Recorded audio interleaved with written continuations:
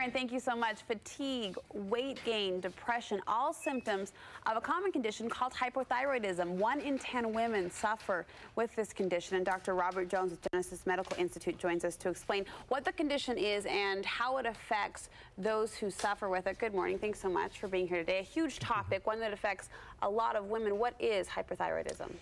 Hypothyroidism is just basically having a low thyroid, and the thyroid runs the metabolism of the body. So the biggest thing is fatigue, just chronic fatigue. The gland is right here, the thyroid gland, and as I say, it runs your metabolism. So what are the big symptoms? Fatigue. I can't lose weight no matter how much I exercise. I cut my diet. Well, it slows down the whole metabolism. So there's a lot of problems, but the number one thing is fatigue. We hear so much, I think we hear more about the thyroid than we actually know about it. It's a fairly small gland, correct? Yes. But it does have a large impact, as you mentioned, on not only your body, but your energy level. Exactly. It's right here, and it runs your whole metabolism. Who's the most susceptible to hypothyroidism? Women, by about 9 to 1 men, and it's anywhere from teenagers all the way up to women in their 70s. Men do get it, but by far women are more susceptible to it. Those symptoms somewhat vague. Women can say, yeah, I do feel tired a lot. I do feel sometimes that I'm hanging on to a few extra pounds. How do you know if you fall into that category of a patient? Well, obviously there's a blood test, and it's not TSH. That doesn't reveal a low thyroid problem. It's called a free T3, which most doctors frankly do not run on their patients. And if they do and it comes back, it's a wide zone like this, and if you're down here, you're usually told, well, you're within normal limits. No, you're still not going to feel good.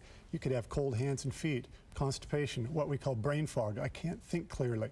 You sit down to read a book, 30 seconds later, you're already drifting off. Your metabolism's too low.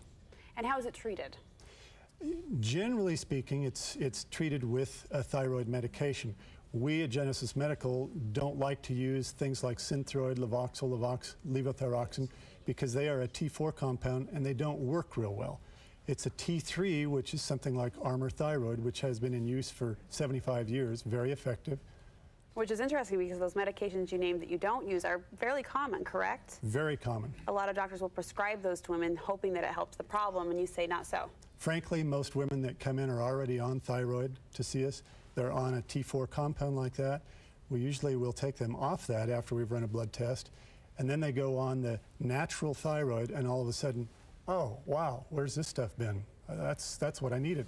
And people feel those results pretty quickly. Very quickly. The energy level goes up, the weight starts to fall off that they had not previously been able to shake. Right. Okay, if people have questions out there, they're saying, yes, this sounds like me. How do they contact you? GenesysInstitute.com. That's our website. They can go there.